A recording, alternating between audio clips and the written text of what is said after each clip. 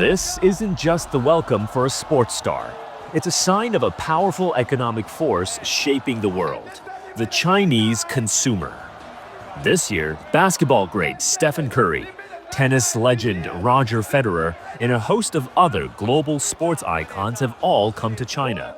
Not just for the applause, but for the market. So what does this buzz reveal about China's economy today?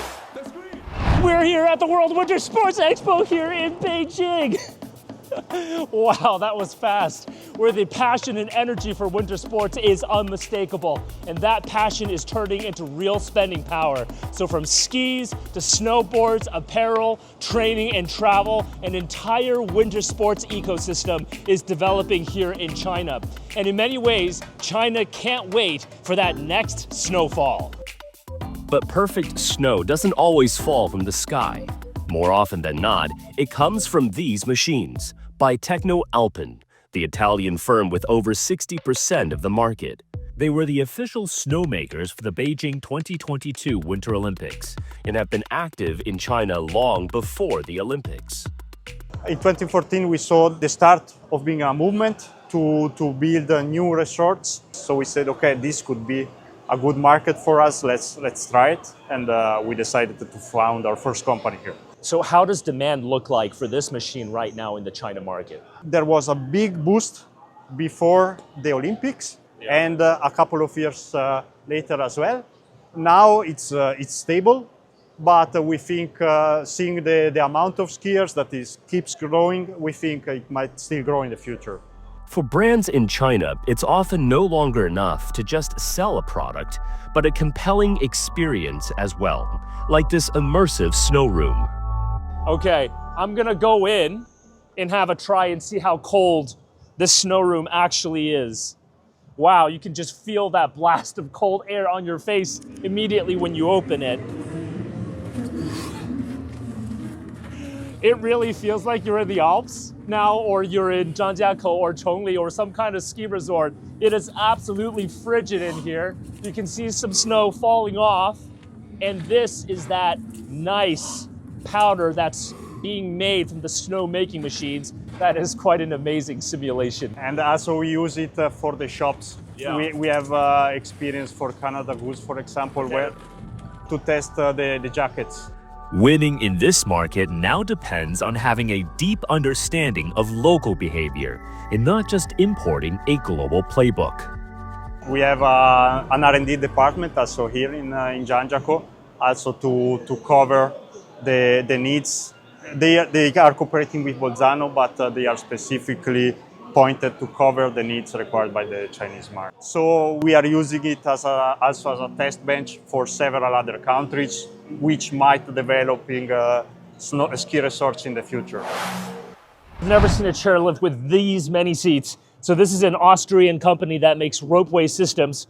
Chairlift is one of them. What is it going to take for an international company to succeed in the China market, for those that truly want to stand out and thrive versus those who might lose some ground?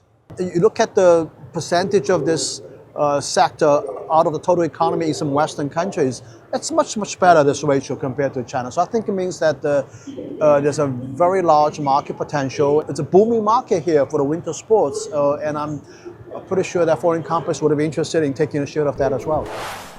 China's consumer market is vast. It's home to 1.4 billion people.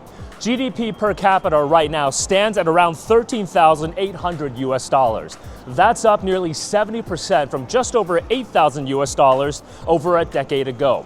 Now, to tap into that growing spending power, China is pursuing a strategy called dual circulation, which is really about emphasizing and boosting domestic demand while staying firmly connected to the global economy. China is rebalancing its economy, which has long been powered by the external engine of exports. The goal is to build an equally powerful internal engine, driven by domestic consumption. This dual circulation strategy doesn't mean disconnecting from the world, but using both engines to create a more resilient and balanced economy that is less vulnerable to global volatility. 美国服务业占 GDP 的比重达到80%多，日本也一样啊。我们收入水平提高以后，服务业的比重就会从现在的53.9%，不断的向70%、80%靠。那么，出口占 GDP 的比重也就会越来越低，也就是我们国民经济当中就会越来的越靠这个国内的循环。In an outline of China's 15th five-year plan for economic and social development, covering 2026 to 2030, China says it aims to build a more dynamic and robust domestic market to boost consumption and expand effective investment. 我们现在是世界上最大的国内单体的消费品市场，超过了美国。那我们不仅是大呀，我们地区差异明显，就结构性特征丰富，资源禀赋它的特点突出。这样就会能够形成什么呢？更长久的长期发展的周期。So, how do you unlock the spending power of an entire nation? China is unlocking domestic spending with nationwide trade-in programs and targeted subsidies. These initiatives help households replace old cars and appliances with new models, boosting 2024 sales by over 1.3 trillion yuan. To continue this momentum, the government has doubled its support for 2025 with 300 billion yuan in special bonds to ensure subsidies are paid promptly, lifting both large purchases and consumer confidence. 从个人消费来说的话，我感觉就是整体消费环境还行，就是不管是消费的一些刺激力度，还有现在整体的一个购物的一个方便便捷程度，其实还都是蛮好的。本来是1090几块钱的，然后用掉那个消费券，现在只花了792块钱。对我们来说，消费就是这个活动力度真的很大。家里面在装修嘛，然后可能有家具，然后还有电器这些可能会用一下，因为本来现在最近有国补，然后趁着这段时机，然后可能就买了一些东西。Beyond short-term boosts, creating lasting consumption requires raising incomes and reducing precautionary savings.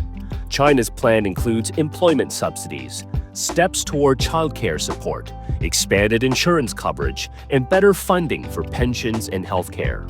The government is also enforcing paid leave, ensuring people have both the means and the time to spend on services like culture and tourism. 我们要围绕着这个战略基点扩大内需这个战略基点，那么肯定就是我们要，就是说加大一些，比如说这个有效投资。你比如说在基础设施领域你比如说我们的，比如说川藏铁路，要通过这种政府的投资，通过我们的改革，就是激发我们民间的投资的潜力。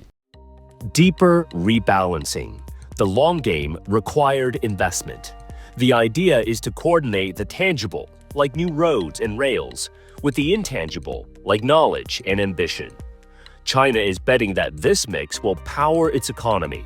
Rising expectations push innovation, and innovation feeds back into a higher quality of life.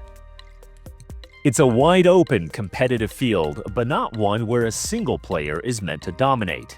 You have to be better when you have a good competition, and at the end, competition is positive for innovation, and innovation is positive for customers. To stay close to that market and service it is very attractive to us.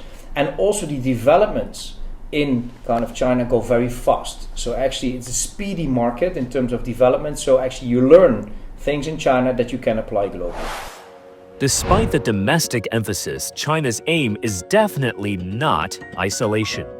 It's to reduce fragmentation inside China's economy and create a more seamless, unified national market. I don't see an industry that's 100% dominated by Chinese companies or by Western companies. I think it's going to be a mixed bag of competition with presence from both sides. I think China's market is big enough to accommodate. China is not just a big market for us, it's truly an innovation hub. And this combination of local roots and local understanding with global scale and capacity to innovate all around the world is something that nobody can match. In China we trust. We have respect, admiration for China, and we will show that the future of China, we can be confident in the future of China. China is not only a market. China, that's an energy. an energy which is resilient, an energy which is able of adaptation. And what about the international circulation? This isn't about closing the doors. It's about changing China's role in the global economy. The emphasis is on technological innovation to move up the value chain. A key goal for 2026 to 2030 is to make substantial improvements in achieving scientific and technological self-reliance and strength to resolve critical bottleneck problems. Better performance often means better materials. This one right here, this is a normal snowboard. It's got some weight to it. This snowboard right here, this is made of carbon fiber. Not that many companies in the world make carbon fiber snowboards. Carbon fiber sports equipment used to be a luxury. Before 2020, a staggering 90% of China's carbon fiber was imported. Back then, the material, often known as black gold, sold for hundreds of thousands of dollars per ton. 去不断的优化整个聚合的一个工艺，最终确定的这样的一个工艺范围。之前一吨原是大概在5万到6万，现在嘛，差不多在2万5千块钱左右。Today, more models are appearing at a fraction of that price, opening the market to a new generation of consumers. 09年开始做单板滑雪这一块一直在做出口，但是15年以后呢，因为咱们国内在这个滑雪市场增长的比较大，我们15年开始做国内。In just over a year, China's domestic output of carbon fiber rose by nearly 50%, making it the world's largest producer. Domestic circulation is not only about household consumption, it also depends on what the country can produce. For policymakers, this is where dual circulation comes in, strengthening domestic capabilities while staying connected to global demand. The carbon fiber snowboard is one example, using domestic technology to supply both local and overseas buyers. 然后这款产品的话，我们会面向出口。The company is now offering its high-tech boards to mature winter sports markets such as Japan, New Zealand, Canada, and the United States. This isn't about dumping or exporting excess goods. China's strategy is to use innovation to create high-quality products at competitive prices. This benefits consumers both in China and abroad by providing more choice, not by selling off low-cost surplus. A stronger domestic orientation is often misunderstood as isolation, but the policy is meant to coexist and reinforce China's external engagement. On the contrary, being the largest exporting country in the world, we need imports more. Remember, China is the only country that holds an import-export every year to encourage more imports into the country. We actually encourage foreign companies to put their products onto the Chinese market, to come in China to invest. As an international company, how do you stand out to make sure you really benefit from China's dual circulation strategy? I think you need to invest for the long run. You need to be patient. You need to build up a deep base of connection with Chinese consumers, to build up your brand here for the long-term presence. So I think it really needs to have a sort of a long-term vision, to have a more of a patient vision that you're going to be staying in China for the long run.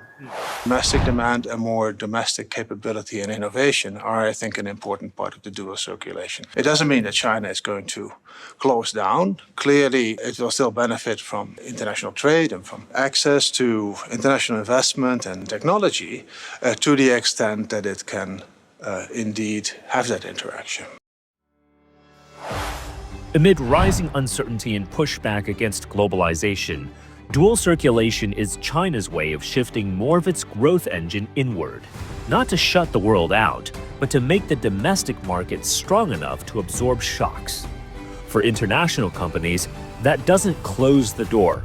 It offers even more opportunities. As China builds a larger, wealthier, more sophisticated consumer base, the biggest opportunities are increasingly inside the country, serving Chinese consumers closer to where they are. A stronger domestic Chinese economy does not replace the global one. It feeds back into it, with foreign firms participating in a market that is bigger, deeper, and more resilient than before.